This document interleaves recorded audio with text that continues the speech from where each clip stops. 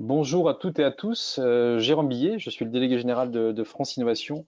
Alors, ravi de vous compter nombreux pour ce webinaire animé par Dominique Passito de la société Valotech qui est membre de France Innovation, également membre de l'association des sociétés de recherche contrat, la SRC. Au programme aujourd'hui, on sera sur les méthodes de développement d'un dispositif médical. Je laisserai bien entendu la parole très rapidement à Dominique, qui est beaucoup plus expert que moi sur le sujet. Alors bien entendu, c'est l'occasion de vous souhaiter une très belle année 2021.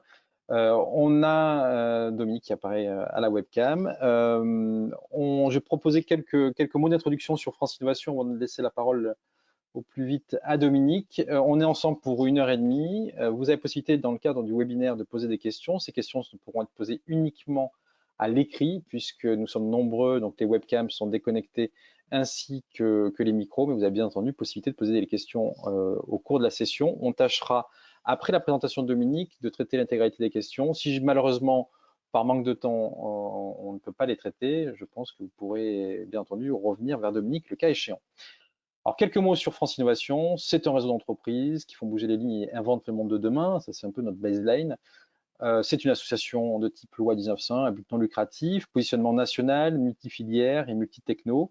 Elle fédère les entreprises innovantes, que ce soit des entreprises qui réalisent des prestations de développement technologique, de recherche industrielle à façon auprès de startups, PME, TI, grands groupes, voire d'organismes publics de recherche sur les travaux de maturation, tout comme des entreprises qui proposent des produits, procédés ou services innovants, mais orientés B2B et industrie, et également des entreprises du monde du conseil, d'accompagnement, de l'innovation, que ce soit sur le plan de financement privé, financement public, stratégie, propriété intellectuelle, etc. Les services pour les membres, c'est une notion d'agir collectivement, de soutenir le business développement de nos membres. On fait à peu près 600 mises en relation par an. La volonté aussi d'accompagner tout ce qui est problématique d'anticipation et d'information, valoriser le savoir-faire. Donc typiquement, on a un magazine qui s'appelle 360 degrés R&D, qui est un magazine trimestriel aujourd'hui, et qui est là pour présenter les belles réalisations et les belles collaborations entre membres et ses clients, et bien plus encore que je vous invite à découvrir. Initialement, il y avait souvent les logos des membres, on a dépassé les 130 membres, donc ça devient rapidement des planches assez lisibles. Donc la solution la plus pertinente pour découvrir nos membres, c'est de rejoindre la rubrique Trouver une expertise, qui est l'annuaire des compétences des membres de France Innovation.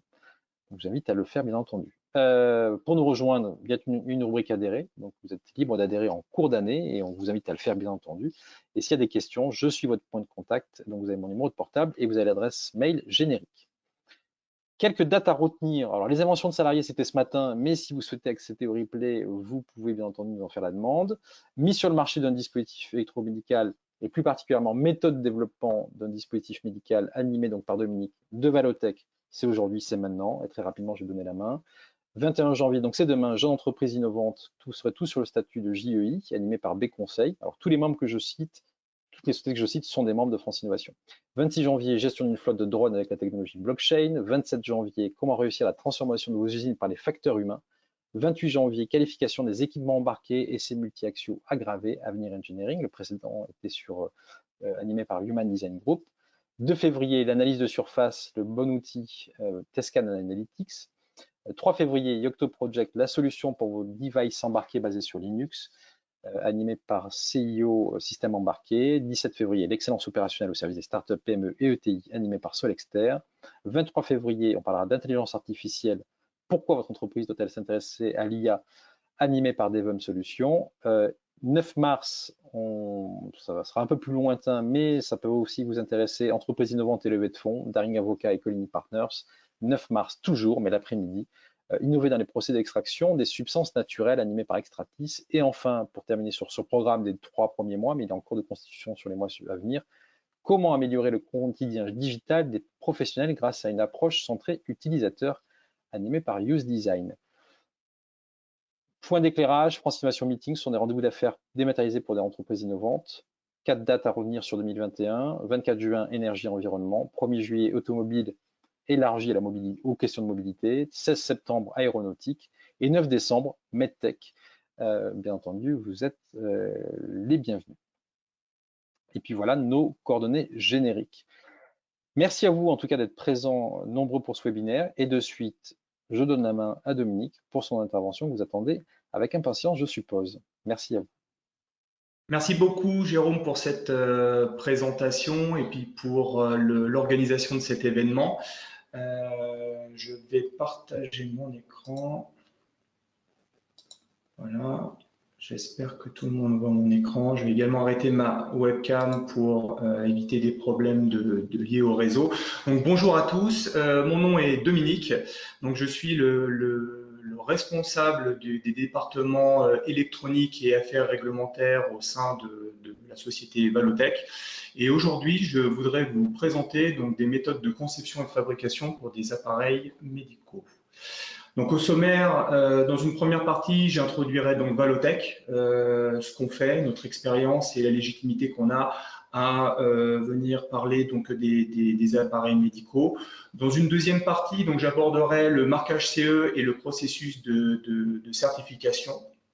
En 3, je présenterai donc la réglementation pour les dispositifs médicaux, ce qu'elle contient, ce qu'elle demande aux fabricants. En 4, j'aborderai les normes techniques qui permettent de répondre à la réglementation.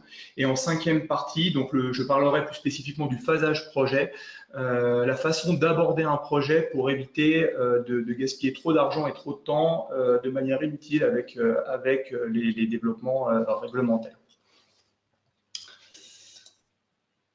Alors, première partie Valotech. Alors, Valotech, on existe depuis 2005 et on est une émanation donc de l'école normale supérieure, donc département électronique et instrumentation. Quasiment dès le début, donc on réalise pour nos clients des prestations de services, c'est-à-dire que nos clients viennent nous voir avec des idées et nous on fabrique les prototypes. Et assez rapidement, on s'est orienté vers des dispositifs médicaux qui correspondaient. En fait, le milieu des dispositifs médicaux est un milieu qui est essentiellement composé de petits intervenants avec des projets innovants, ce qui collait bien donc avec l'activité de Valotech. À partir de 2012, on est certifié ISO 13485 pour la conception et la fabrication d'appareils médicaux et on est reconnu donc par BPI France comme société de recherche sous contrat du fait de la forte innovation, en fait, du caractère innovant des dispositifs qu'on réalise. Alors, à la base, nous, on est une société de recherche et développement pure, hein, donc on est une équipe d'ingénieurs, mais au fur et à mesure des missions, on s'est musclé pour être capable d'accompagner nos clients sur toutes les phases de développement du projet. Donc, depuis l'innovation stratégique, c'est-à-dire voir le placement du produit par rapport à l'écosystème dans lequel il va devoir s'intégrer, regarder quelle est la stratégie de développement, c'est-à-dire quelles sont les briques qu'on peut réaliser, celles qu'on va développer from scratch, celles qu'on peut acheter et puis comment on va attaquer la réglementation. Une méthodologie projet, donc les équipes ici sont capables donc d'évaluer coûts et délais pour essayer d'optimiser les développements. Et puis après donc les parties techniques. Nous on a gardé un lien fort avec les labos desquels on était issus et on est capable de placer donc sur un développement un expert par exemple en optique issu d'un labo prestigieux ou une équipe fluidique, une équipe de recherche spécialisée en fluidique. En plus des équipes de Valotech. Également, donc, on s'est entouré de sociétés compétentes qui savent répondre aux différentes problématiques. Et puis en interne, donc on héberge bien sûr donc l'électronique, le cœur du savoir-faire de Valotech, mais également on a enrichi les équipes avec équipe mécanique, software, que ce soit embarqué sur ordinateur ou de l'applicatif. Et enfin, en toute fin de chaîne, on est capable de réaliser des petites et moyennes séries pour des essais cliniques ou même pour le marché. Alors, des exemples de projets dans le médical qu'on a pu réaliser. Donc, on en réalise environ une quinzaine par an. Hein, et quasiment toutes ont une partie innovation et donc ça va donc du petit appareil qui est optimisé en termes de consommation ou de coût, donc avec un budget, un coût de revient qui doit être très serré, jusqu'à des gros équipements qui peuvent appliquer sur le patient beaucoup de puissance et ou qui ont des algorithmes complexes ou une régulation interne spécifique, voilà, donc, des gros équipements. Et puis alors, en termes de risque, Ça va donc de l'appareil qui est complètement inoffensif sur le patient, par exemple un DMDIV, donc qui n'est pas tout à fait un dispositif médical, c'est plutôt un dispositif d'analyse, mais comme il n'est pas en contact avec le client, donc le dossier technique est plutôt allégé, et jusqu'à des dispositifs qui sont très invasifs avec la classe de risque la plus élevée, type des implants. Alors, je vais parler maintenant du marquage CE. Alors, on commence doucement avec des rappels de base. Donc, l'Europe, hein, ça s'est basé donc sur la libre circulation des biens et sur un principe de reconnaissance mutuelle des produits qui force les fabricants à faire leurs produits de façon homogène, hein. Le but de l'opération étant de garantir un niveau de sûreté pour les travailleurs, pour les utilisateurs et les patients dans le cadre du médical. Et puis aussi, ça impose un certain nombre de normes environnementales. Donc, toute cette réglementation s'appuie sur des directives et des règlements. Et certaines d'entre elles demandent qu'on appose un marquage CE sur les appareils. Quelques chiffres clés du secteur médical en 2019. Alors, ces chiffres-là sont issus du rapport de SNITEM de 2019, donc avant Covid. À l'époque, donc le marché était en croissance, en faible croissance, mais en croissance quand même, donc environ 4%. Il représentait environ 30 milliards d'euros et tournait quand même à 10% vers l'export. Et comme je le disais au début de la présentation, c'est un marché qui est composé de 93% de PME et ça s'explique par la multitude de petits marchés de niche, donc des acteurs petits qui répondent à chacune de ces demandes. Donc c'est un secteur qui est en croissance, mais c'est également un secteur qui est sous pression. Et sous pression pour deux raisons qui sont liées. La première, c'est que depuis 2017, donc il y a un nouveau règlement qui est apparu, dont on va parler longuement dans cette présentation, qui est la 2017-745. Et ce règlement donc impose un niveau d'exigence pour les produits qui est plus élevé que la précédente directive. Et deuxièmement, donc ce règlement donc qui est plus exigeant également avec les organismes notifiés. Et donc au niveau du contrôle des appareils, alors les organismes notifiés, un mot, c'est des organismes qui sont censés contrôler le respect des normes, et donc ils viennent inspecter les appareils. Et ces organismes notifiés donc sont plus contraints que lors du précédent règlement. Et donc il y a un embouteillage en gros au niveau du contrôle final, ce qui se traduit par des délais pour la mise sur le marché. Alors, petit tour d'horizon des différents acteurs qu'on peut trouver sur le marché du médical. Donc, tout en haut, donc, on retrouve la Commission européenne donc, qui écrit les directives et différentes réglementations. On va trouver ensuite les organismes de standardisation qui écrivent les normes à respecter. On va en voir quelques-unes dans le cadre de cette présentation. Donc, différents niveaux pour ces organismes de standardisation, donc ils peuvent être au niveau mondial comme l'IEC ou l'ISO, au niveau européen comme le CNELEC, le CEN ou l'ETSI, et puis au niveau français on va en trouver aussi quelques-uns, donc l'AFNOR et autres. En vert, les boîtes en vert, ça va être des organismes qui vont contrôler votre dispositif, donc deux types d'organismes. Un premier qui est l'organisme de certification qui va venir tester votre appareil suivant un cadre réglementaire, donc suivant des normes avec des seuils précis, avec des méthodes précises. Et puis un deuxième, donc l'organisme notifié, qui lui va venir inspecter le dossier technique en s'appuyant donc sur les tests qui sont faits par l'organisme certifié. Et le but de l'organisme notifié, c'est de valider le respect d'un appareil aux normes en vigueur. En rouge, excusez-moi, à la réglementation en vigueur. En rouge, vous avez l'organisme de sûreté. Donc ça, c'est un peu la police du médical. Donc l'organisme de sûreté, son rôle, c'est de surveiller que il n'y a pas d'appareil présent sur le marché qui peut poser un risque de sécurité ou de santé. Et auquel cas, donc, il est en mesure de demander, d'exiger un rappel des produits. Et cet organisme-là, c'est également à lui qu'il faut s'adresser, on va le voir un petit peu plus loin, lors de demandes pour des essais cliniques. Et puis en fin de chaîne, on va trouver donc le fabricant et puis le patient.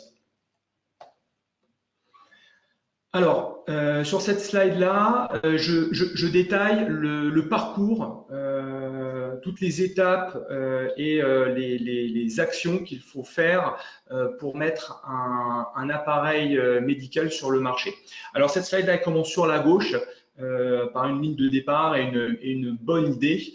Et il y a deux streams principaux qui permettent de se conformer à la réglementation. Donc un premier stream qui est symbolisé par une flèche verte qui concerne l'appareil et ce qu'on appelle son dossier technique. On va voir un petit peu plus loin ce que c'est que le dossier technique, mais en un mot, donc c'est l'ensemble des pièces qui prouvent qu'il respecte la réglementation. Donc sur la flèche verte, on va venir s'assurer que le dispositif lui-même est conforme. Et puis une flèche violette qui là concerne l'entreprise elle-même. Et donc là, ce qu'on va faire sur ce stream-là, c'est venir s'assurer que la société travaille dans le respect de la réglementation. Alors, la première étape, hein, donc symbolisée par le rond bleu avec un ordinateur, un microscope dedans, donc concerne toutes les activités de développement, donc des spécifications, conception, rédaction des tests, de l'analyse des risques, prototype, maquette, tests précliniques, etc. Donc toutes les activités des phases amont sont dans cet item. Une fois que ces activités-là sont terminées, on peut soumettre les prémices du dossier technique à un organisme de sécurité pour avoir le droit de procéder à des essais cliniques. Si besoin. Donc, on verra plus tard que les essais cliniques ne sont pas forcément obligatoires. En parallèle, donc si je bascule sur la flèche violette, l'entreprise doit mettre en place un système de management de qualité, c'est-à-dire définir une politique, mettre en place, définir aussi la structure de travail, c'est-à-dire ce qu'on appelle des processus, donc les unités de travail qui existent en son sein, et produire la documentation qui décrit tout ça. Une fois que cette documentation existe, on peut la faire certifier. Et une fois qu'on a le résultat des essais cliniques plus la certification ISO 13485, on peut finaliser le dossier technique et le soumettre pour audit à un organisme notifié.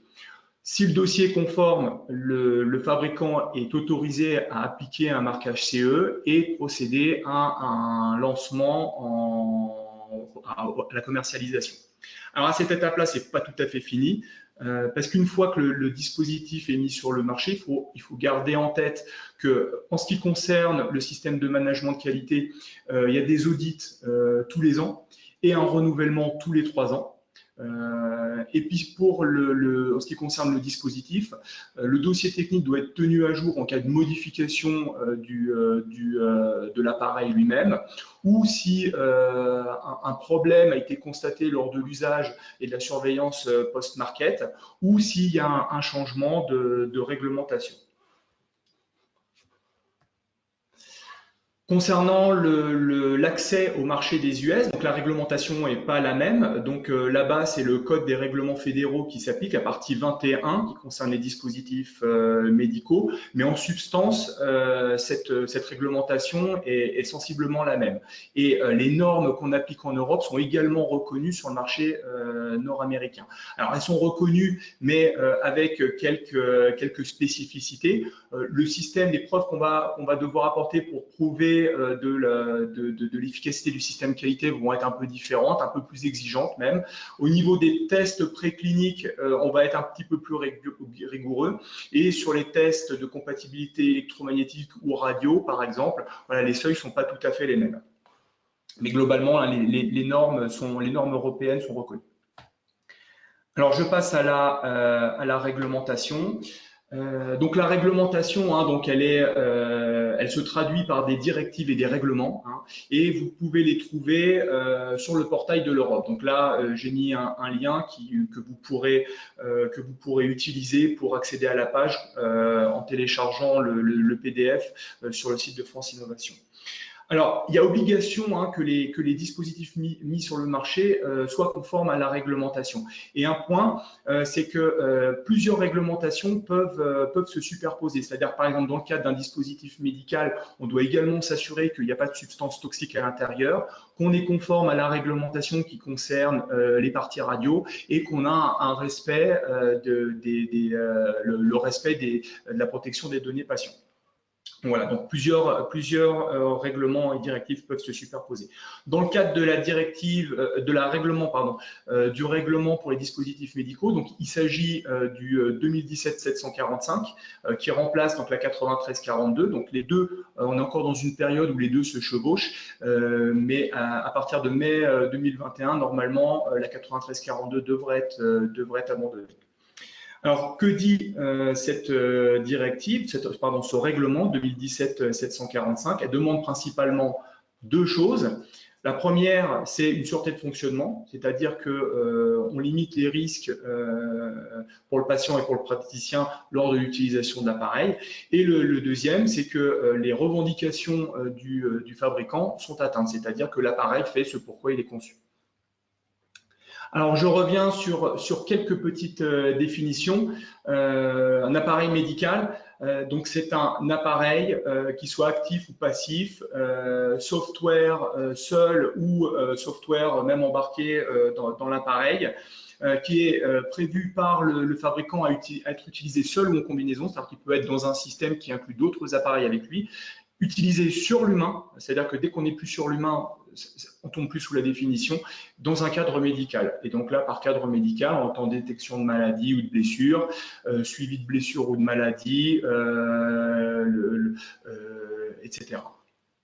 Et je voudrais aussi préciser la définition de ce qu'est un fabricant. Donc un fabricant, c'est quelqu'un qui fabrique ou fait fabriquer, mais surtout qui vend les appareils. C'est-à-dire que c'est lui qui tire le profit de l'appareil qui est développé. Et ce règlement, donc 2017-745, il indique que le fabricant, c'est le seul responsable des dispositifs qui sont mis sur le marché. Alors, le règlement, donc, il demande qu'on prouve les allégations et qu'on démontre la sécurité patient. Et pour cela, donc le règlement détaille 23 points. Donc, je ne vais pas aller dans la liste exhaustive de chacun des points, mais en synthétisant, donc ce que demande le règlement, c'est qu'on fasse attention à certains phénomènes liés au fonctionnement de l'appareil. Donc déjà, premièrement, donc prouver les performances. En deux, bâtir une analyse des risques. Et puis après, regarder donc des parties spécifiques qui pourraient être inclus dans l'appareil. Donc par exemple, si c'est un appareil combiné, donc qui fonctionne avec d'autres appareils, ou si c'est un appareil qui utilise des médicaments, si c'est un appareil qui a un logiciel, etc.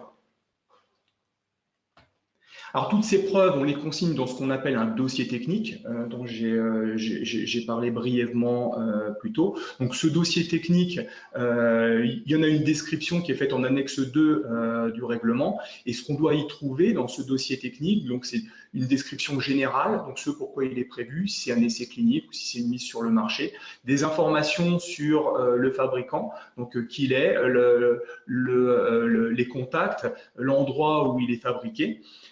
On doit trouver des éléments de conception, dessins, diagrammes, notes de calcul, rapports, etc. On doit trouver des éléments qui prouvent la sûreté de fonctionnement. Donc le respect principalement, c'est le respect aux normes. Donc on va retrouver les principales normes, normes dont on va parler un petit peu plus tard. Donc 66101 pour la sécurité de base, 62304 pour le logiciel, etc. Biocompatibilité. On va trouver aussi, donc, ce qui est demandé, de faire une analyse des risques et d'évaluer la balance bénéfice-risque. Et enfin, les rapports de test, qu'ils soient cliniques ou précliniques. Alors, la réglementation introduit une notion de classe, classe qui reflète le risque qui est lié à l'utilisation de l'appareil. Donc, plus l'appareil est risqué à l'utilisation, plus il présente un danger pour le patient, pour le praticien, et plus la classe de risque est élevée. Donc en classe 1, on va trouver des bandelettes, par exemple. En classe 3, vous allez avoir des implants. Et donc, ce qu'il faut avoir en tête, c'est que ces classes de risque ne vont pas changer les normes qu'on va devoir appliquer ou les exigences, mais simplement la profondeur avec laquelle les organismes notifiés vont devoir contrôler l'appareil. C'est-à-dire que pour un classe 1, on va même sans doute pouvoir faire une auto-certification. Pour un classe 3, le dossier technique va être fouillé de fond en comble pour prouver que les performances sont atteintes et que l'appareil ne présente pas de danger lors de son utilisation. Alors, quelques exemples d'appareils. Donc, un software de suivi de glycémie, on va être sur du classe 2A. Un appareil de traitement de la peau sur du classe 2A. Un implant dentaire stérile, 2B parce qu'il est stérile. Une seringue, elle peut être 1 S ou 2A en fonction de si elle est stérile ou non et puis si elle est pré-remplie ou non. Un implant neuronal classe 3 et puis un appareil de mesure. Donc là, j'ai pris un échographe, c'est du 2A. Mais si ça avait été un appareil qui injectait plus de puissance dans le patient, là, ça aurait pu être du 2B. Alors, la classification, donc, elle est décrite dans la réglementation et la procédure est détaillée pour l'évaluation. Alors ici, donc un tableau qui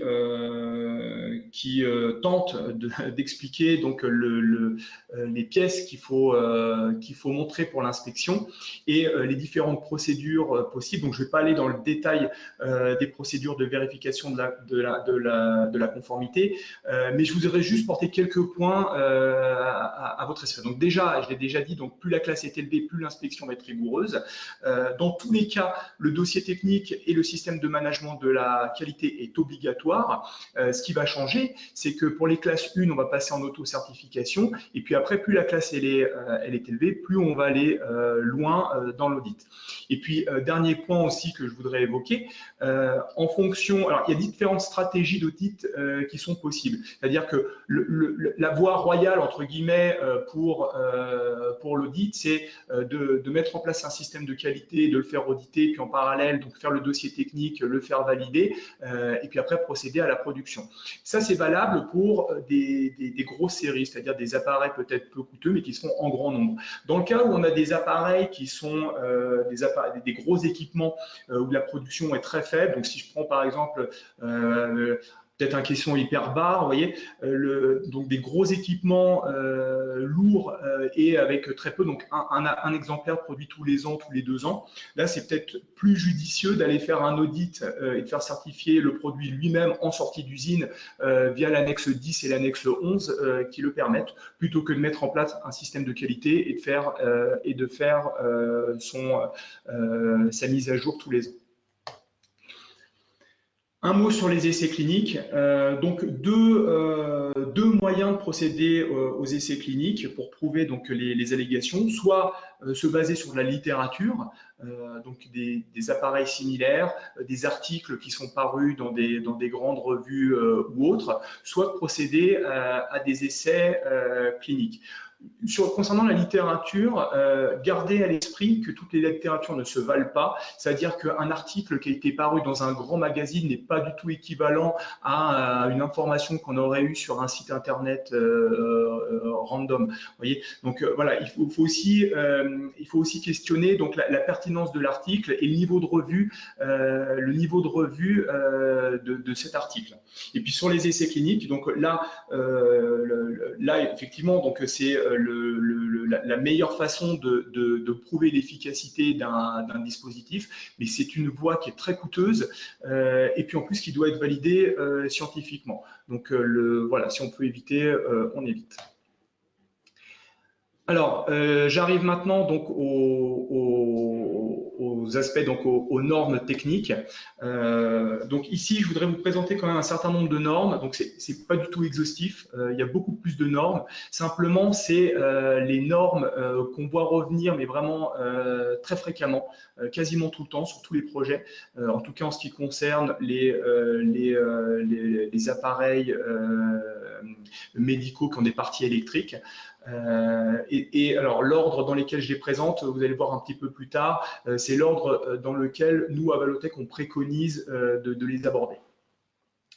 Donc, présentation générale déjà. Donc, les normes, elles permettent de répondre à la réglementation, donc la 2017-745, via son article 8, qui dit en substance que toutes les normes qui sont publiées dans le journal officiel de l'Europe sont reconnues et pertinentes pour répondre à la réglementation. Alors, pour les retrouver plus facilement, donc sur le portail que j'ai indiqué, le portail de l'Europe, dont le lien est dans des slides précédents, sous chaque directive réglementation, vous allez trouver une série de normes qui permettent de répondre aux différents règlements ou directives. Alors la différence entre une norme et une directive, en substance, hein, la directive, elle va vous donner les idées générales, vous voyez, les grands concepts, là où la norme va vous donner des valeurs chiffrées, des méthodes de test et des règles de bonne pratique. Voilà, alors vous allez trouver des normes à peu près sur tout, hein, donc analyse de risque, système de management de qualité, essais cliniques, usability, sécurité de base, software, étiquetage, etc.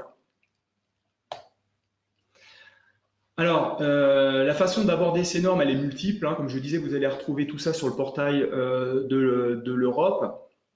Mais grosso modo, il y a quand même une articulation qu'on voit apparaître lorsqu'on les pratique régulièrement. C'est-à-dire que si on prend le cadre des appareils électromédicaux, la 60601, c'est quand même qui décrit la sécurité de base.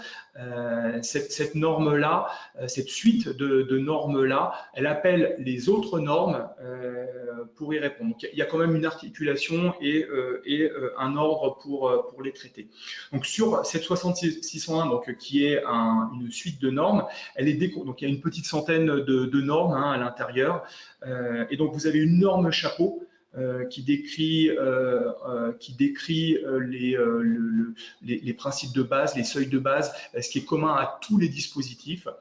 Une série de normes qu'on appelle les normes collatérales qui viennent rendre plus précis certains aspects. Donc, par exemple, la partie compatibilité électromagnétique, l'aptitude à l'utilisation, si l'appareil est utilisé à domicile.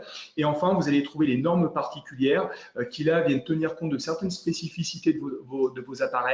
Par exemple, si l'appareil inclut des ultrasons, si l'appareil est fait pour être utilisé en ambulance, si votre appareil est un IRM, etc.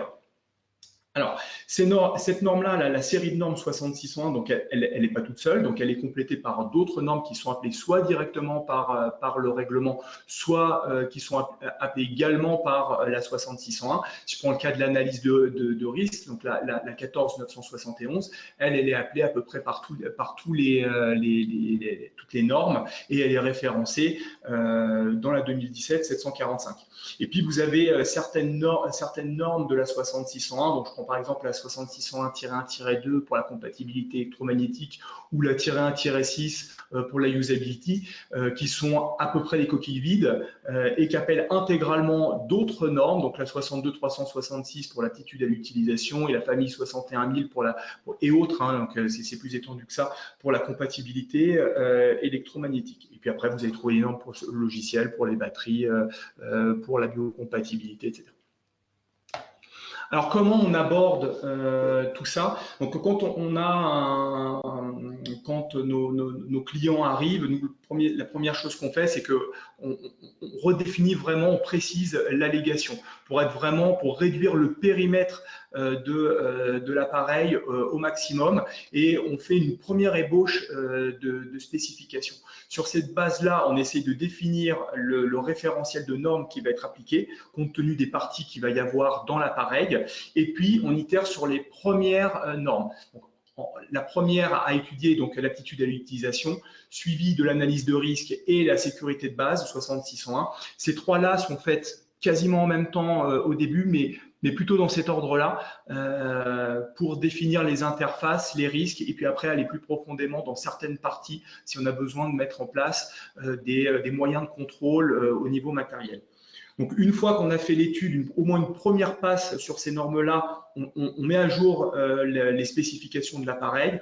On peut passer sur la phase de conception et on itère. Alors, dans conception, j'étends un petit peu, donc il va y avoir des maquettes, prototypes, etc. Une fois que tout ça est sec, on passe à la fabrication et puis au test d'intégration. Et puis là, on peut continuer le processus réglementaire. Donc, aller voir les organismes certifiés pour faire des tests en chambre anéchoïque ou des courants de fuite, etc. Voir la NSM éventuellement pour avoir une approbation pour des éventuels essais cliniques. Et puis après, une fois que tout ça est fait, examen auprès de l'organisme notifié pour être capable d'apposer le marquage CE et lancer production et commercialisation. Alors, première norme que je souhaiterais aborder avec vous, donc l'aptitude à l'utilisation. Donc, cette norme-là, ce qu'elle demande, c'est elle demande aux fabricants de se questionner, en tout cas de faire coller l'appareil au schéma mental de ses utilisateurs. Ce qu'on veut, c'est essayer de limiter les risques qui vont être liés à l'utilisation de l'appareil. Et pour cela, on va vraiment essayer de tenir compte de la manière de travailler des praticiens, des infirmières, des docteurs, etc. Alors éventuellement, si des scénarios dangereux émergent de cette analyse-là, donc on va traiter en analyse de risque, si des scénarios dangereux émergent, il peut être demandé d'aller tester certains aspects de l'utilisation des dispositifs en essai clinique. Deuxième norme, l'analyse des risques. Alors cette norme-là, elle est appelée, comme je disais, par à peu près toutes les autres normes. Alors elle n'est pas citée par le règlement, mais on y fait référence. Alors dans cette norme-là, ce qu'on demande, c'est de faire une analyse du dispositif pour essayer de faire émerger des scénarios dangereux à traiter, de les évaluer, donc de leur appliquer une notation. Si besoin, de mettre en place des moyens de contrôle et de documenter tout ça. Alors, cette norme-là, à noter, c'est pas quelque chose qu'on fait une fois et puis après c'est terminé. C'est cyclique et elle se fait tout au long de la vie de la gamme de produits. Alors, comment on les fait émerger, ces risques? Donc déjà, c'est une analyse du fabricant, donc sur le fonctionnement et puis le contenu de l'appareil. Donc ça, c'est quelque chose quand même qui est demandé, puisque les organismes de certification ou même les gens qui réglementent ne peuvent pas tenir compte de tous les aspects des dispositifs. Et donc, pour garantir un niveau de sûreté, c'est vrai qu'on demande aux fabricants de réfléchir, on délègue aux fabricants le fait de réfléchir à la liste exhaustive de ce qui pourrait arriver avec l'utilisation de son dispositif. Donc, il y a aussi des risques qui vont émerger par l'analyse des normes, c'est-à-dire si on prend le cas de la 60601, donc il y a un certain nombre d'articles qui vont demander de mentionner dans l'analyse de risque des phénomènes potentiellement dangereux. Et puis enfin, par le test, c'est-à-dire que si en test préclinique, en labo ou autre, vous constatez que de manière invoulue, il y a des surfaces qui chauffent ou des tensions qui sont un peu élevées, il faut le traiter dans l'analyse des risques et documenter. Alors, l'analyse de risque, pareil, ne se fait pas que sur l'utilisation du dispositif, mais sur le cycle de vie entier. Donc, il faut penser au nettoyage, il faut penser à la fin de vie, il faut penser à la maintenance. Au niveau de la notation des risques, donc on trouve quand même de la littérature, des manières de faire, donc des guides de bonne pratique qui décrivent grosso modo 3 facteurs à traiter. En occurrence, pour évaluer la fréquence d'apparition d'un risque, la sévérité, le niveau de gravité, puis la détectabilité, c'est-à-dire la faculté qu'a le risque à toquer à la porte avant d'entrer. Une fois qu'on a ces 3 facteurs, on les multiplie et on les compare avec des seuils qui sont laissés à la discrétion du fabricant. globalement 3 seuils. Un seuil négligeable en dessous duquel aucun moyen de contrôle n'est demandé. Un niveau acceptable qu'on va essayer de réduire au maximum, et puis un niveau non acceptable à partir duquel l'appareil sera retoqué par l'organisme notifié, sauf s'il y a vraiment quelque chose, un bénéfice substantiel, mais vraiment justifié.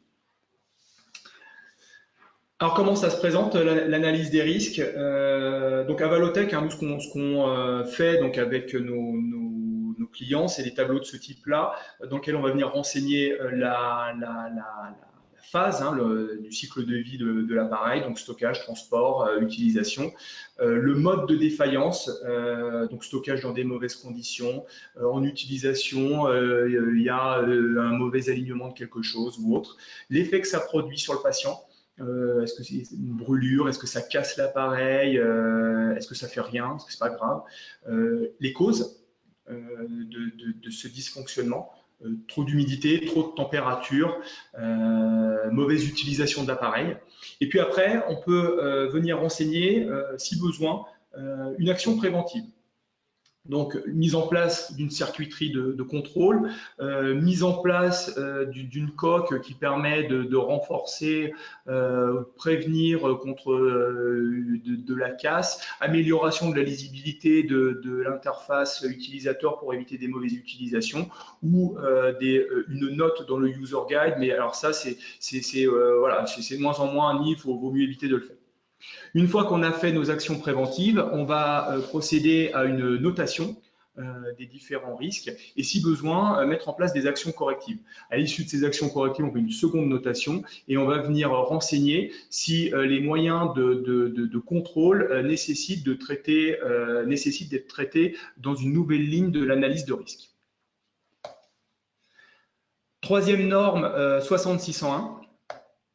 Alors, je passe donc les paragraphes qui traitent de l'analyse des risques et puis de la documentation, donc étiquetage et User's Guide, pour me concentrer plus spécifiquement sur les parties plus techniques. C'est-à-dire qu'en substance, et principalement la 60601, c'est une norme qui va demander des tests, qui va demander une inspection, qui va demander voilà, un contrôle de la manière dont c'est utilisé.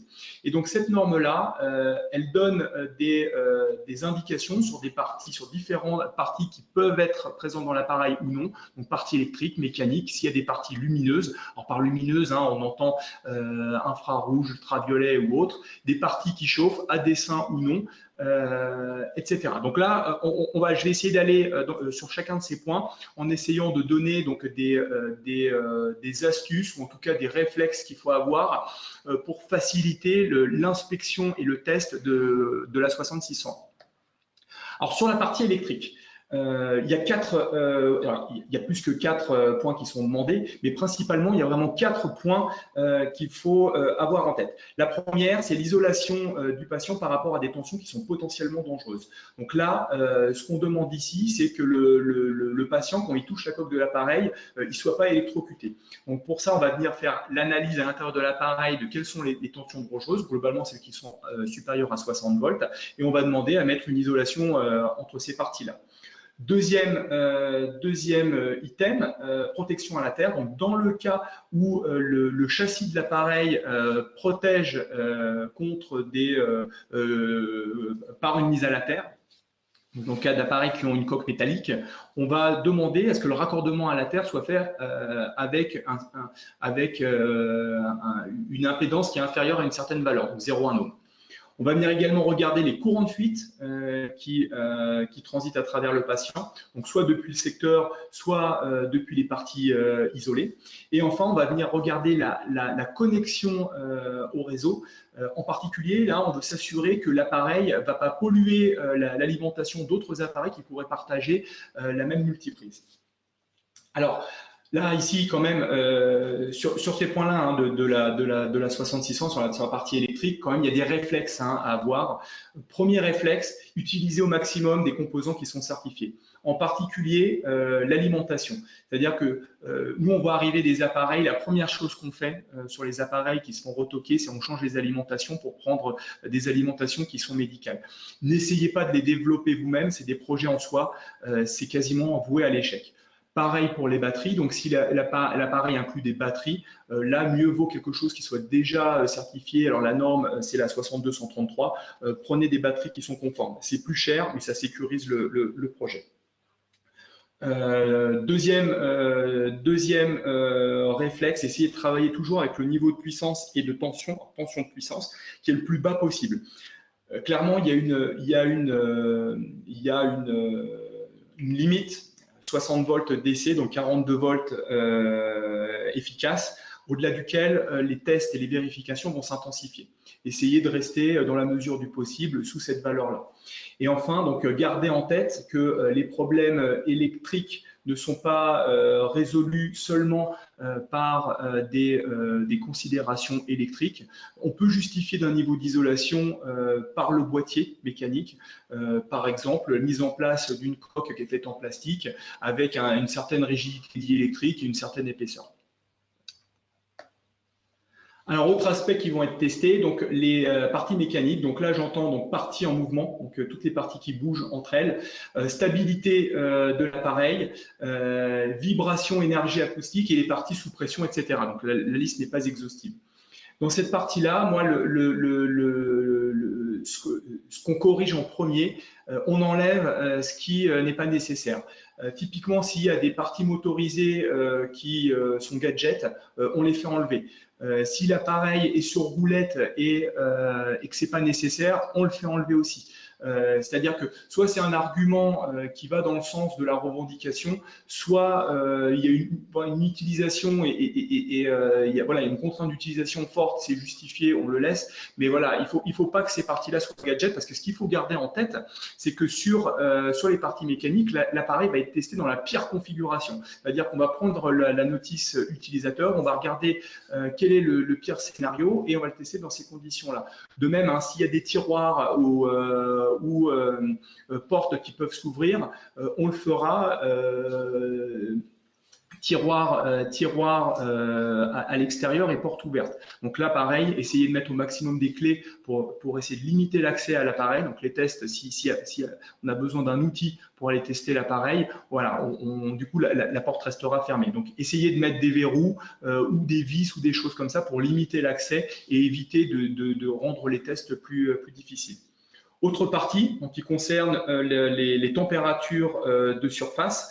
Alors, les températures, ce sont des températures appliquées, donc qui ont un effet physiologique, ou alors des températures qui ne sont pas voulues, c'est-à-dire un effet d'échauffement qui est lié à une dissipation de puissance. Là, ici, grosso modo, ce qu'il faut avoir en tête, c'est essayer que la température extérieure, la température qu'on puisse toucher, soit globalement inférieure à 41 degrés. Alors, ça dépend des matériaux, du temps d'exposition, du temps pendant lequel on va toucher la surface et puis du matériau, hein, donc la conductivité thermique du matériau. Mais globalement, gardez en tête que la limite, c'est à peu près 41 degrés. Pour les parties chauffantes. Autre considération, donc les départs d'incendie. Donc là, ce qu'on veut s'assurer, c'est que l'appareil ne va pas prendre feu et puis que le feu ne va pas se propager à l'extérieur. Alors là, nous, ce qu'on conseille, encore une fois, limiter la puissance au maximum. Il y a pareil que pour les tensions, ici, il y a une valeur qui est indiquée, qui est de l'ordre de 15 watts, en dessous duquel les tests sont plus faciles. Si vous avez des puissances importantes, donc là, va peut-être falloir mettre en place des mécanismes de protection, en tout cas qui prouvent que la propagation de la flamme est retardée. Alors, ça va passer par des considérations de construction. Est-ce que mon boîtier a des ouvertures? Quelles sont sa taille, leur espacement, etc. Est-ce que la coque inférieure est percée, auquel cas est-ce qu'il faut que je mette en place des déflecteurs ou des aménagements de ce type. Et puis sur les parties plastiques, on va demander à ce que les parties plastiques aient un grade, donc là pour le coup L94 pour son petit nom, qui vient donner des éléments sur le temps de propagation de la flamme sur ces matériaux-là.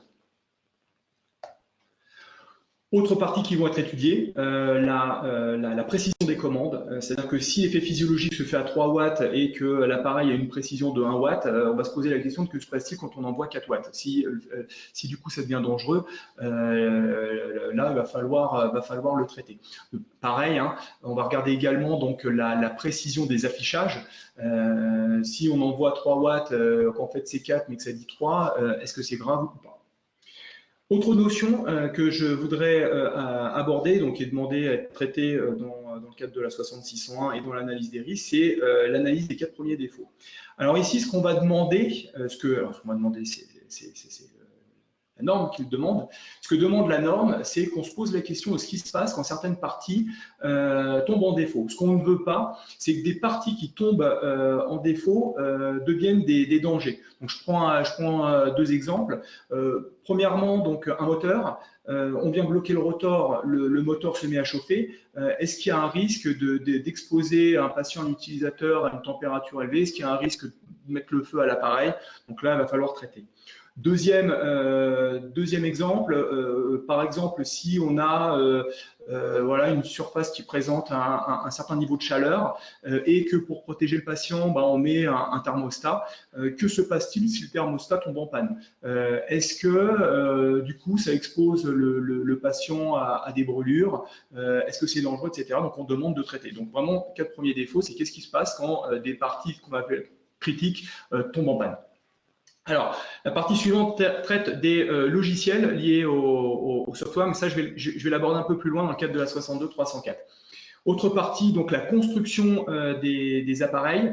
Ici, typiquement, hein, si l'appareil a une plateforme et que le patient doit s'allonger dessus, il va falloir faire des notes de calcul ou au moins des tests pour prouver que la structure peut résister à un poids qui est X fois supérieur à ce qui est décrit dans le User's Guide.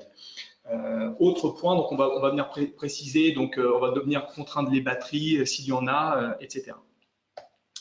2 derniers points de la 6601. Donc, si l'appareil est utilisé dans un système, c'est-à-dire que si il fonctionne en combinaison avec d'autres appareils, ce dont on veut s'assurer, c'est que si un appareil tombe en défaut, il ne va pas exposer le patient via un autre appareil à un danger. Pareil, on va venir regarder également que certains articles de la 6601 sont toujours tenus. Par exemple, si on met 2 appareils ensemble, est-ce que ça change le niveau des courants de fuite ou est-ce que ça change l'isolation? Voilà. Donc tout ça va être traité dans cette partie-là. Et enfin, dernière partie sur la 6601, donc la partie compatibilité électromagnétique. Donc là ici ça va être du test, hein, donc on va faire du test en chambre anéchoïque. Ici, il n'y a pas de règle pour faire, c'est-à-dire que ça va passer par vraiment un savoir-faire. Typiquement, ça va être voilà, des considérations de routage, éviter voilà, des boucles sur les alimentations qui peuvent rayonner à côté, essayer de limiter la longueur des pistes et des câbles des signaux qui véhiculent beaucoup de courant ou qui ont beaucoup voilà, qui sont hachés, donc qui présentent des fronts raides. Également, ça va passer par la mise en place de certains composants spécifiques, donc des diodes de protection ESD, perles ferrites et autres, et puis éventuellement du blindage. Donc blindage de câbles, blindage de l'appareil tout entier via une coque en métal, ou blindage de certaines parties spécifiques par la mise en place de boîtiers EMI et RFI si nécessaire. Donc j'en arrive à la norme qui parle des développements logiciels. Alors ici c'est une norme, elle ne va pas vous dire comment faut rédiger, comment faut écrire pardon votre logiciel ni avec quel langage. C'est une norme qui va vous demander de documenter vos développements. C'est-à-dire qu'on va définir qui le fait, comment et avec quels outils. Et puis après, ce qu'on va demander, c'est qu'on spécifie le logiciel, qu'on vienne documenter sa conception, sa architecture et les parties spécifiques, et puis faire l'implémentation en fonction de la conception, puis après des tests unitaires, architecture et autres. Alors cette norme-là, elle aborde aussi des problématiques liées à la maintenance. Ce qu'elle demande, c'est qu'on trace des éventuelles modifications qu'on aurait fait après mise sur le marché pour s'assurer que ça ne remet pas en cause d'autres parties qui ont été développées et testées. Et enfin, donc, ce que demande également cette norme-là, c'est d'éviter d'avoir des logiciels dont la provenance est inconnue, en tout cas qui ne sont pas maîtrisables, typiquement des librairies, des IP dont on ne saurait pas comment elles auraient été développées, qui fonctionnent soit en boîte noire, soit on ne comprend pas le fonctionnement, soit qui sont trop lourdes à reprendre en main. Et donc, ces soupes-là, hein, donc ces logiciels-là, ce qu'on leur demande, c'est qu'ils ne viennent pas mettre au tapis le soft tout entier, et au moins qu'on a un contrôle sur eux. Alors, cette norme-là, la 62304, elle demande également qu'on fasse une analyse de risque. Donc, elle définit 3 classes. Donc, classe A, pas dangereux, classe B, un peu dangereux, classe C, dangereux.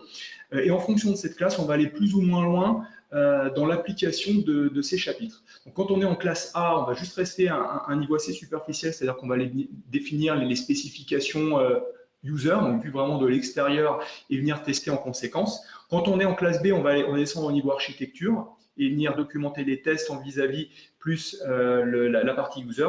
Et quand on est dans un classe C, là, il faut faire la documentation intégrale. Là, on va plus être tolérant sur les soupes. Et dans certains cas, on va même venir regarder certains outils de test qui permettent de vérifier le fonctionnement des parties. Voilà. Alors évidemment, donc en fonction de l'application, les coûts sont pas les mêmes.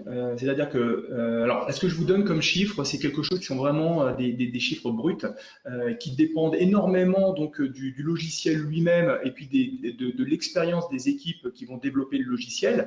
Mais à grosse maille, ce qu'on peut dire comme ça de notre expérience, donc nous à Valotech, on a fait dans toutes les classes. Donc voilà, on a une petite idée sur le sujet. Quand on est, disons que pas de classe du tout pour un développement, donc pas de documentation, donc c'est vraiment quelque chose qui est vraiment pas de spec, rien du tout. Mettons que ce soit du 1. À partir d'un classe A où là, on va aller venir spécifier rigoureusement et venir tester en conséquence, ça va être de l'ordre d'un facteur 3. À partir de la classe B, on va être de l'ordre d'un facteur 5. Et dans un classe C, où là, va falloir vraiment tout spécifier, tout tester, faire des softs spécifiques pour le test, etc. Là, on va être de l'ordre d'un facteur 10. Du coup, j'en profite pour dire que, en fonction de la classe de risque, sur certains projets, ce qu'on préconise, c'est de ne pas faire porter les fonctions de sécurité dans le logiciel, et c'est d'abaisser cette classe de risque en mettant en œuvre, par exemple, des petits mécanismes hardware qui, somme toute, sont assez simples, mais qui permettent de faire descendre la classe et donc d'alléger les coûts et accélérer également le projet. Alors, dernière norme que je voudrais aborder avec vous, donc qui concerne la norme du management de la qualité. Donc là, hein, il s'agit de venir s'assurer que le fabricant s'est travaillé en conformité donc avec la réglementation. Donc elle s'inspire de la ISO 9001, donc 4 familles d'activités. Donc elle va définir qui fait quoi, quand. Elle va définir comment on fait les activités. Elle va venir détailler l'assurance qualité de l'entreprise, c'est-à-dire les actions que l'entreprise a mis en œuvre pour éviter des non-conformités, donc des revues, des automatismes, un savoir partagé, voilà, quelque chose comme ça. Et puis un système d'amélioration continue, c'est-à-dire la faculté qu'a l'entreprise à apprendre de ses erreurs. Typiquement sur un projet, on a quelque chose qui n'a pas marché, on a eu un client qui n'était pas content, être capable d'analyser ce qui s'est passé, donc tirer les conséquences pour améliorer sur le coup d'après. Alors, cette norme-là, elle est essentiellement documentaire, hein, et ce qu'elle demande, c'est que le fabricant donc, définisse une politique d'entreprise, qu'il mette en place, donc qu'il identifie des cellules qu'on appelle des processus, qui sont des cellules qui réalisent certaines fonctions, donc des services, des biens, et qu'il les documente. À noter que c'est vraiment la documentation qui sera auditée. S'il n'y a pas de documentation, il peut y avoir des non-conformités. Donc, vraiment documenter tous les process. Et donc cette norme-là, elle va indiquer quand même un certain nombre de process obligatoires donc à documenter. Donc la direction, quels indicateurs il utilise, comment sont faites les revues, etc. Management des ressources, s'assurer que les compétences aux différents, que les gens sont compétents au poste où ils travaillent, s'assurer que l'environnement de travail est correct, réalisation des produits, donc les méthodes qui sont utilisées pour fabriquer, vérifier que les appareils qui sont utilisés ont la sensibilité qui permettent de valider les appareils et qu'ils sont bien étalonnés, et puis donc un processus pour la qualité elle-même, pour s'assurer que les bonnes pratiques sont disséminées à travers l'entreprise de manière efficace. Dernier chapitre donc qui concerne donc le phasage des projets. Alors c'est arrivé souvent par le passé, en particulier sur des startups. Donc au moment de la levée de fonds, donc ils se lancent sur le développement de leurs produits, donc font la conception, la fabrication, vont en test et assez vite en certification. Le but étant d'essayer de lever une seconde phase de levée de fonds. Et en général, là, ça se passe pas très bien. Les principaux écueils, c'est une mauvaise connaissance des contraintes réglementaires, souvent une usability qui n'a pas été considérée. Et donc là, à ce moment-là, donc il peut y avoir beaucoup de travail sur les appareils. Donc ça se traduit évidemment par des budgets qui augmentent et puis des coûts qui peuvent exploser. Alors du coup, nous, l'approche qu'on préconise à Valotech, c'est avant de se lancer dans le design. Dans le design, c'est d'essayer d'évaluer donc toutes les contraintes, faisabilité, réglementaire, spécification. Je vais détailler ça un petit peu plus juste après. Deuxième phase, une phase de conception, puis test avec, si besoin, un passage par des essais cliniques, certification, fabrication, et puis après, accès au marché. Donc, la fabrication vient après la certification et on a rajouté une phase d'étude du système au démarrage. Alors sur cette phase de faisabilité, qu'est-ce qu'on y fait? Là ici l'idée c'est de spécifier l'appareil, de regarder ce qu'il doit faire et d'essayer d'évaluer, donc d'identifier toutes les contraintes, qu'elles soient réglementaires ou techniques de l'appareil, prendre en compte l'expérience utilisateur et le maître mot ici c'est pas d'overdesign. C'est-à-dire ça arrive beaucoup sur les projets où nous on vient enlever des parties parce que c'est ça qui est la cause, qui peut être la cause du retocage de l'appareil. Le but étant aussi d'essayer de donner donc un planning à nos clients et puis une idée des coûts qui seront associés. Deuxième phase de design. Donc là ici, l'idée, c'est d'essayer donc de voir si on peut réutiliser, acheter des parties qu'il ne faut pas redévelopper, des alimentations, des parties spécifiques, des drivers qui peuvent piloter des parties lumineuses ou autres. Voilà. Donc essayer de reprendre, voir ce qui existe déjà pour pas essayer de réinventer la roue, d'essayer d'anticiper au maximum sur les contraintes réglementaires. Donc cette analyse, voir si on peut soulager le software en mettant des mécanismes hardware, par exemple, essayer de coordonner différentes équipes, donc qui peuvent être hébergées à Valotech ou même chez le client lui-même, en expliquant pourquoi on fait peser sur la mécanique certaines contraintes qui permettent de soulager, par exemple, l'électronique, prendre en compte des contraintes de fabrication. Par exemple, là, ce qui me vient en tête, c'est sur le cas d'un appareil qui était résonnant. Le risque là, c'est d'avoir un appareil, un prototype qui fonctionne très bien, mais comme la cellule résonante est assez peu reproductible, quid de la série. Donc là, ça vaut peut-être le coup de dégrader un petit peu le facteur qualité de certains appareils, quitte à être un petit peu moins performant, mais du coup garantir une fabrication qui sera plus homogène. Donc ça, c'est à l'étude. Et puis enfin, maintenance et fin de vie. Donc voir un petit peu comment l'entretien se fait, quelle est la durée de vie de l'appareil, est-ce qu'il faut faire une nomenclature parallèle pour essayer de voir si en cas de non-approvisionnement possible de certaines pièces, on peut les remplacer. Voilà. Et puis pour la fin de vie, se poser la question, là, ce qui me vient en tête, c'est par exemple concernant les piles, comment on traite les piles, est-ce qu'il faut payer une taxe, voilà.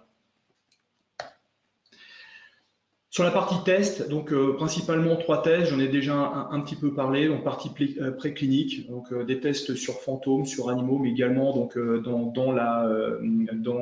usine. Tests avec des organismes certifiés. Alors attention sur ces tests, par exemple, là, si je prends l'exemple de test CEM, il peut être demandé de faire des logiciels spécifiques qui mettent l'appareil dans un certain niveau d'émission pour rayonner d'une certaine manière, compte tenu que les tests CEM prennent quand même du temps, plusieurs dizaines de minutes. Comme on va être sûr d'être voilà, d'être au maximum d'émissions et de manière continue, on peut demander à faire des logiciels spécifiques ou mettre des parties hardware dans un certain état. Et puis enfin, essais cliniques sur l'humain, donc si nécessaire. Au niveau de la certification, nous, ce qu'on conseille, c'est déjà d'être conscient des procédures et des tests qui vont être réalisés. Ça facilite énormément le développement et puis ça permet de se poser les questions en amont. L'idée, c'est pas arriver à la fin en ayant une norme qui manque. Et pour y répondre, nous, ce qu'on préconise, c'est de prendre contact assez rapidement avec les organismes soit certifiés, soit les organismes notifiés, pour se mettre d'accord sur un référentiel et puis avancer sur cette base-là.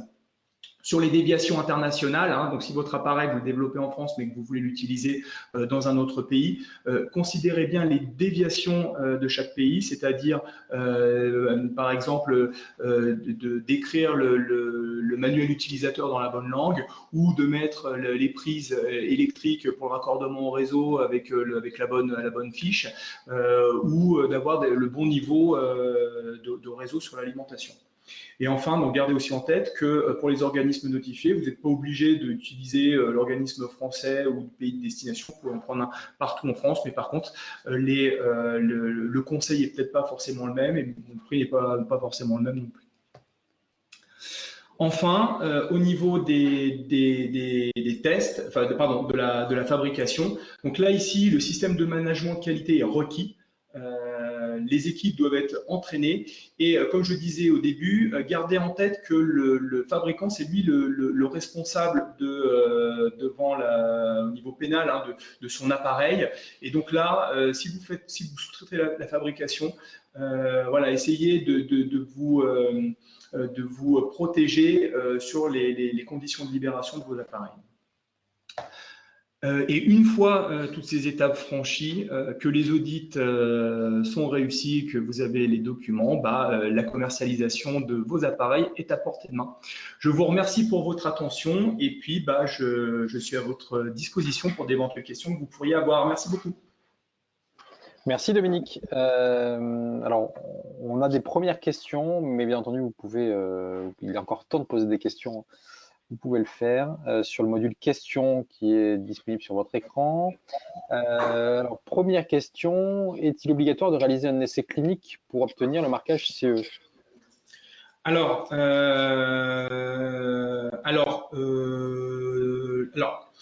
il est obligatoire d'apporter la preuve de l'efficacité clinique de l'appareil. Et donc, ça ne passe pas obligatoirement par un essai clinique. Une étude de la littérature est possible. En dernier recours, l'essai clinique. Mais pour répondre à la question, non, ça n'est pas obligatoire. Merci. Même lorsqu'un appareil n'est pas dangereux, est-ce qu'on est obligé d'avoir une certification SMQ?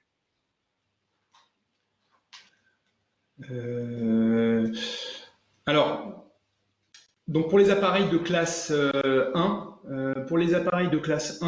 le SMQ est obligatoire. Donc il faut en avoir un. Ce qui ne l'est pas, donc si l'appareil n'est pas dangereux, donc dans le cadre d'un classe 1, c'est l'audit de l'appareil. Donc il n'est pas obligatoire de faire inspecter donc le SMQ par un organisme notifié pour le mettre sur le marché. Merci. La 62304 s'applique-t-elle au FGPA, surtout depuis la dernière version de 2019? Alors, est-ce que la 62304 s'applique-t-elle au FGPA? Alors, FPGA? Oui. Au FPGA. Alors, au FPGA, oui. Alors, là-dessus, il y a eu effectivement un flou pendant une période dont on a profité à Valotech, c'est-à-dire qu'à la base, c'est une norme qui était applicable sur les systèmes qui avaient un ALU à l'intérieur, c'est-à-dire une unité de traitement, et donc qui marchait sur un système, sur un fonctionnement qui était séquentiel. Et le FPGA, donc lui, sa spécificité, c'est que lui n'a pas un fonctionnement séquentiel, c'est-à-dire que la personne qui programme va décrire une architecture, mais il n'y a pas d'unité qui vient exécuter les tâches les unes après les autres. Et donc, pendant un moment, on développait en FPGA, puis on disait 62304 n'était pas applicable. Et puis, à partir de 2016-2017, alors c'est venu des États-Unis, c'est-à-dire que la FDA nous a fait remarquer que quand même il fallait pas abuser, que le FPGA c'était quelque chose qui était programmable au même titre que des microprocesseurs, microcontrôleurs et autres puces programmables. Et donc du coup, il a rendu obligatoire l'application de la 62304 au FPGA, CPLD et autres puces de ce type-là. Donc oui, désolé, c'est applicable. Quelqu'un rebondit, est-ce que du coup ça s'applique aussi, en gros on arrive à la même réponse pour les SoC, c'est-à-dire les systèmes on chip? Oui. Globalement, hein, donc si on peut, alors la définition n'est pas claire. Et quand vous arrivez devant l'organisme notifié, grosso modo, hein, tous les composants qui ont besoin d'un clavier pour décrire leur comportement, il faut appliquer la 62304. Très bien, merci. Alors d'autres questions puisque c'est arrivé là tout d'un coup. Quel impact en cas de dispositif médical implanté par rapport à la complexité de certification et aux règles à prendre en compte? Excusez-moi. Alors, quel impact en cas de dispositif médical implanté par rapport à la complexité de certification? Les règles à prendre en compte. D'accord, donc on est sur du classe 3. Donc sur du classe 3, là ici, ça va être l'audit. Donc les normes sont toujours les mêmes, c'est-à-dire que que ce soit sur un implant, alors les normes vont être les mêmes. Sur un implant, il y a quand même des normes qui viennent s'ajouter, qui sont plus spécifiques. Mais donc on va appliquer les mêmes normes, grosso modo. Mais par contre, l'inspection du dossier technique va être faite plus en profondeur, c'est-à-dire qu'il va falloir apporter plus de preuves sur la sûreté de fonctionnement, plus de garanties au niveau des développements logiciels, c'est-à-dire que sur un implant, par exemple, si jamais il y a un logiciel embarqué, donc là où dans un non-implant, on va avoir un classe A, un classe B, ça peut être un classe C d'office sur un implant. Et donc là, le dossier technique et les procédures de vérification de la conformité vont être plus poussées. Pareil, vous allez avoir des niveaux qui vont être plus durs sur certains paramètres. Là, ce qui me vient en tête, c'est par exemple sur l'échauffement, là où les limites d'échauffement, donc dans le cadre de la 60601, sur des parties externes ou des parties appliquées à un utilisateur vont être de 41 degrés. Pour un implant, on va demander à ce que ça ne dépasse pas de 2 degrés la température du corps. Donc en gros, il ne faut pas qu'il chauffe plus que 39 degrés. Ça, c'est quand même une contrainte. Donc vous voyez, voilà, donc des contraintes supplémentaires et un audit qui est plus poussé. Merci. Finalement, qui décide quelle norme doit être respectée afin que le produit soit reconnu comme dispositif médical? Alors, les normes, c'est le fabricant. Donc les organismes de notification, nous dire c'est le fabricant qui décide des normes, en tout cas qui doit se renseigner sur l'applicabilité de telle ou telle norme. Maintenant, nous, ce qu'on préconise, c'est toujours de prendre contact avec l'organisme notifié dans les phases amont. À Valotech, donc quand effectivement quelqu'un qui connaît pas les contraintes réglementaires, donc nous on peut déjà l'aiguiller en lui disant vous allez avoir la 66, donc les normes qui ont été mentionnées ici, les normes de biocompatibilité, d'autres normes sur les batteries, etc., qui vont s'appliquer, des normes des normes radio, des normes par exemple sur le taux d'absorption spécifique. C'est-à-dire si vous avez un appareil rayonnant qui est à proximité de la peau, on va regarder l'énergie qui est envoyée dans le corps humain par rayonnement. Donc il va y avoir toutes ces normes-là, donc qu'on a l'habitude de manipuler. Mais c'est justement le fait de prendre contact avec les organismes certifiés et notifiés dans les phases amont pour se mettre d'accord sur le référentiel, être sûr de ne pas en oublier, qui permet de sécuriser le projet. Parce que je ne vous cache pas que quand on arrive dans la phase de test et puis qu'on en a oublié une, là, ça peut être problématique. Donc, c'est le fabricant qui est responsable, mais il n'est pas tout seul. Merci. Alors justement, tu parlais de rayonnement. Est-ce qu'une antenne Bluetooth dans un dispositif médical qui a vocation à être proche d'un bébé prématuré peut être possible? Est-ce qu'on peut finalement implanter ce type de technologie sur du DM à proximité d'un bébé prématuré? Question Alors, précise. alors, sur Bluetooth, il va y avoir différentes normes qui vont s'appliquer. En plus de la norme médicale, donc qui ne traite pas des cas Bluetooth, donc il n'y a pas de mention à la partie radio, on va avoir une réglementation spécifique sur les parties radio. Alors, on va avoir médicale, plus la directive RED pour son petit nom, et en plus, dans le cas des bébés, on va avoir, comme je le disais précédemment, on va regarder l'applicabilité de certaines, alors c'est des recommandations. Les textes, ce n'est pas des directives là pour le coup, c'est des recommandations pour évaluer donc le taux d'absorption spécifique. Et là, ce qu'on va demander, ça va être éventuellement des tests sur fantômes, donc des bébés ou des mannequins, pour évaluer l'énergie en fonction de la fréquence, en fonction de la durée d'exposition, etc. Tout un tas de paramètres. On va essayer d'évaluer l'énergie qu'on envoie à travers le patient pour voir si c'est dangereux ou pas. Alors, dans le cas du Bluetooth, donc il y a beaucoup d'appareils qui sortent déjà certifiés, FCC ou autres. Par contre, ce qu'il faut garder en tête, c'est que la certification des appareils, alors que ce soit d'un point de vue radio ou même d'un point de vue SAR, elle se fait avec le module plus son antenne. Donc là, s'il y a un redessin d'antenne, ça peut être problématique. En tout cas, je pense que c'est une bonne pratique d'évaluer la recommandation SAR donc le taux d'absorption spécifique dans ce cadre-là, et puis de faire des tests suivant la directive RED. Merci. A-t-on besoin nécessairement de certification médicale pour vendre un produit en pharmacie? Alors, ça dépend du produit. Voilà. Donc, si c'est un produit médical, il faut respecter. Donc, donc ça passe par donc, la définition d'un dispositif médical. Donc, s'il y a une revendication, donc il va falloir le prouver. Et donc, il va falloir mettre il va falloir apporter la preuve que le dispositif fait ce pourquoi il est conçu. Alors, le dispositif ou médicament fait ce pourquoi il est conçu. Puis, il va falloir aussi prouver que le dispositif est sécurisé. Par contre, on n'est pas obligé que ce soit un appareil médical. Si je prends le cas par exemple de dentifrice, vous avez des dentifrices qui sont des produits médicaux, donc voilà, qui vous soignent les gencives ou des choses comme ça. Puis vous en avez d'autres qui sont vendus en pharmacie qui ne revendiquent pas d'effet médical. Et dans ce cas-là, il n'est pas nécessaire d'appliquer la réglementation médicale. Alors d'ailleurs, à ce propos, nous on a certains clients donc qui fabriquent qui veulent mettre sur le marché un produit médical qui passe par une étape intermédiaire qui consiste à ne pas revendiquer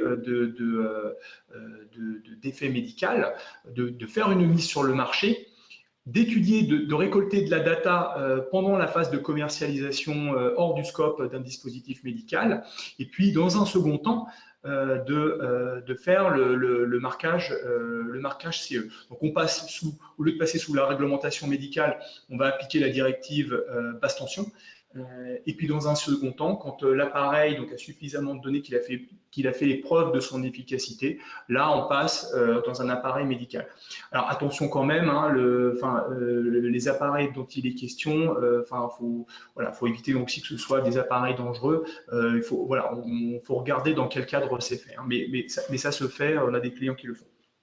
Alors à l'inverse aussi, on a des clients qui ont des appareils qui ne sont pas forcément médicaux, donc des appareils de cosmétiques ou autres qui sont voilà où on pourrait ne pas revendiquer d'effet médical, mais par contre dans un souci de marketing, on va quand même revendiquer quelque chose de médical parce que ça peut être utilisé dans certains laboratoires ou dans certaines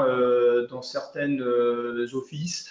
Donc voilà, là, ce qui va nous intéresser, c'est de dire bah, le produit est médical parce que le concurrent est médical, et donc là, voilà, ça fait un argument de vente. Bon, on a les deux cas de figure. Merci. Quelle est la durée moyenne d'un projet, c'est-à-dire de l'étude de faisabilité jusqu'à la mise sur le marché? Alors, bah, ça dépend du projet. Là, c'est très lié au projet. Si on prend un appareil qui est de classe 1, qui est vraiment pas dangereux, sur un périmètre qui est très restreint, ça peut prendre moins d'un an. C'est-à-dire que entre la faisabilité qui peut se faire de façon coup de poing sur quelques semaines, sur quelques semaines, première phase de prototype. Si on est sur du classe 1, que le dossier technique est limité, que le système qualité est déjà en place chez le client, voilà, on peut envisager une mise sur le marché de l'ordre de 1 ou 2 trimestres. Hein, grosso modo, on compte en trimestre. Maintenant, quand c'est un implant, là, ça peut prendre plusieurs années, voire plusieurs dizaines d'années. Vraiment, c'est très dépendant de la physionomie du projet, de la dangerosité du produit et puis de la qualification des équipes projet qui interviennent dessus. Merci. Une question très précise, oui, comme les autres d'ailleurs. Une entreprise qui va a priori sous-traiter la fabrication d'un DM de classe 2A ou 2B à un fabricant qui est agréé FDA. Le QMS devra être chez lui ou au sein de mon entreprise. J'ai compris que je serai responsable au final car je vais exploiter le produit, mais je ne peux sous-traiter le processus de certification. Mais je peux sous-traiter le processus de certification chez ce client. Eh ben non, elle est chez le fabricant. Elle est chez donc à la fin c'est le fabricant qui est responsable du produit. Donc il va falloir être certifié. Et par contre dans ce cas-là, donc un 2B, c'est quand même bien de s'entourer d'entreprises qui sont elles également certifiées. Mais à la fin, oui, c'est le fabricant va devoir être certifié. Oui, alors excusez-moi, donc Mathilde qui est avec moi, qui intervient sur les parties plus dossier technique. Je suis plus technique. Hein, voilà. Ce qu'il faut retenir, c'est qu'en fait, les deux entreprises, autant le fabricant légal que le sous-traitant, auront des systèmes de qualité, chacun suivant leur responsabilité. Elles ne font pas la même chose. Mais ça permet, en s'appuyant sur un sous-traitant qui est déjà mature, d'accélérer et d'intégrer plus vite les bonnes pratiques. Merci. Quelle classe pour un DM non invasif pour des mesures de paramètres vitaux? Alors, non invasif pour des mesures de paramètres vitaux. Alors là, 2B. Si on revendique quelque chose qui est vital, support de vie, et si on revendique qu'il y a un risque immédiat pour le patient en cas de défaillance, on sera 2B, voire 3, voire une classe 3. Pour un porteur de projet qui est, j'allais dire, primo accédant dans l'industrie du dispositif médical, on va lui recommander d'abaisser la classe de risque, donc pas viser tout de suite quelque chose qui soit trop critique. Par exemple, il y a des oxymètres de pouls qui sont plus dans des utilisations de suivi de patients qui sont déjà diagnostiqués. Dans ce cas-là, ça pourrait être une classe de A parce que c'est le suivi de constante de patients qui sont stabilisés. Merci. De l'hygiène de vie. Quelles sont les règles qui encadrent les études cliniques préliminaires pour le recueil de données sur des sujets sains en phase de R&D?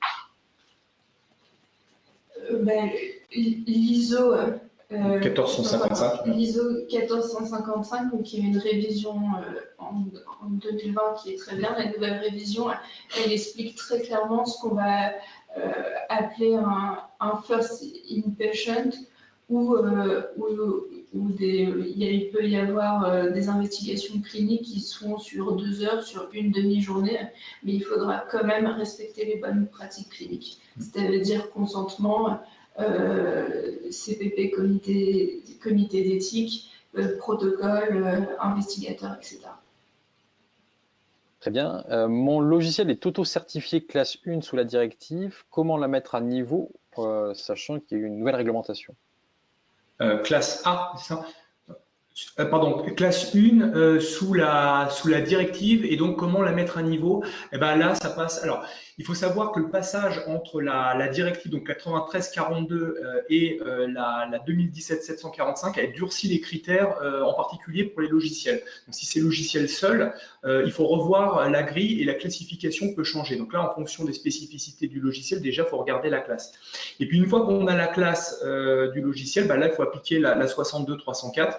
Et là, ça passe par de la documentation. Pas forcément par du code proprement parlé, mais peut-être qu'il va falloir refaire, respécifier certaines parties, peut-être revoir, documenter des parties d'architecture et sans doute faire des tests complémentaires ou documenter certains outils de test. Merci. On va prendre une dernière question puisqu'on a purgé les questions. Mon équipement ne sert qu'à des fins esthétiques, c'est-à-dire qu'a priori c'est la cosmétique et bien-être. Comment éviter la réglementation médicale? Eh ben, ne pas revendiquer d'effets cliniques. Alors, il suffit juste de ne pas faire d'allégations. Et puis, automatiquement, c'est pas un appareil médical. Et donc là, on passe en basse tension, je crois. Oui, sachant qu'il y a une période de sursis, parce qu'il y a la règle 16 dans le nouveau règlement, qui va dire qu'à partir du moment où il y a un contact avec la peau, qui est un tissu biologique sain, on considère que c'est un contexte médical et que le règlement dispositif médical est plus approprié. Cependant, cette règle 16, elle n'a pas été encore clarifiée, donc on attend. Parfait, merci. Alors, on a purgé l'ensemble des questions. Donc, je vais faire un petit mot de conclusion et puis je laisserai la main, bien entendu, à Dominique et Mathilde de Valotech s'ils veulent. Voilà, le mot de la fin sera vraiment pour vous. Donc, merci à vous en tout cas pour votre participation active puisqu'il y a eu de nombreuses questions. Bien entendu, merci à Dominique et Mathilde pour leur brillante intervention. Vous aurez accès au support prochainement. On vous fera passer tout ça par email. N'hésitez pas à vous connecter régulièrement sur le site de France Innovation pour retrouver de nouveaux webinaires ou tout simplement pour rejoindre l'association France Innovation. Vous êtes les bienvenus. Merci à vous. Par avance, bonne soirée. Puis je laisse le mot de la fin à Dominique et Mathilde. Je souhaiterais remercier France Innovation. J'ai été ravi d'animer ce webinaire et puis j'espère qu'il vous aura été utile et qu'il aura permis de clarifier certains points ou au moins de vous aider à démarrer si vous débutez le développement d'un appareil médical. Merci beaucoup. Merci. Et puis je précise, vous aurez les coordonnées de Dominique et Mathilde dans l'email qui vous sera envoyé prochainement. Merci à vous et puis bonne soirée. Au revoir. Au revoir.